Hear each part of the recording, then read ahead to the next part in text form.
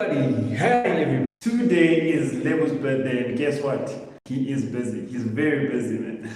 So happy birthday to you. We spent his birthday in quite a unique way. We're painting the apartment, and it's ready. It's ready to go out. I mean, it's not the most ideal way to be painting on your birthday, right? But man, you need to do what you gotta do. So now what we wanted to emphasize is that sometimes it does happen as a property investor that you need to actually handle eviction for your tenants.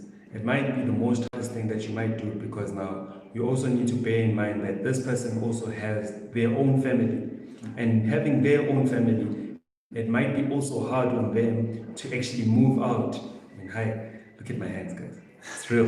Yeah, it might be hard for them to actually move out from the particular apartment, but now you also need to understand that the banks are also looking at you to give them their money because now they don't want to know that I'm having a problem at work. I can't actually give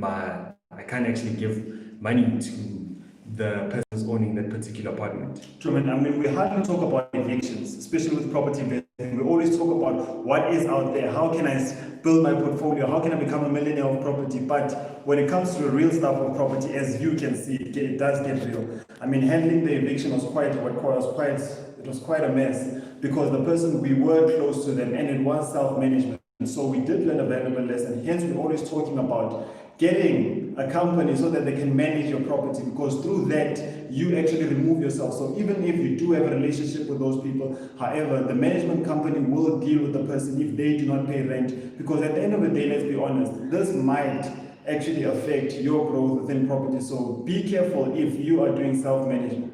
Be careful. I mean, this is a bittersweet experience, right? It's bitter because now you need to handle eviction, man. You need to be that heartless person whereby everybody will be saying that, yeah, you don't have a heart. How can you actually kick out somebody?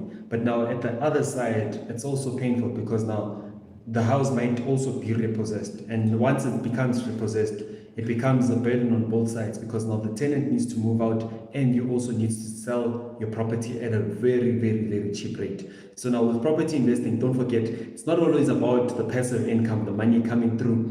It's also about painting on your birthday. It's also about painting on your birthday, and it's also about handling those tough decisions that you have to do as a property investor.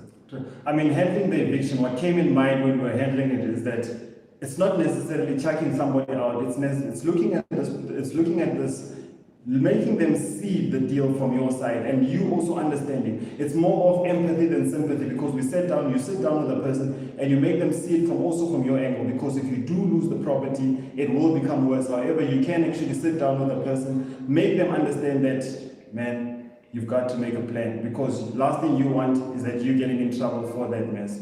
Most definitely. And don't forget, right, next year on the 30th of January, this is what you're going to hear from now on. Next year on the 30th of January, we'll be hosting a business launch, and I hope to see all of you there. And trust me, next year on the 30th of January, we will not be looking like this, man. This is just for today. So see you next year when we do our business launch. Man, thank you for your support. Thank you for your support. Much appreciated.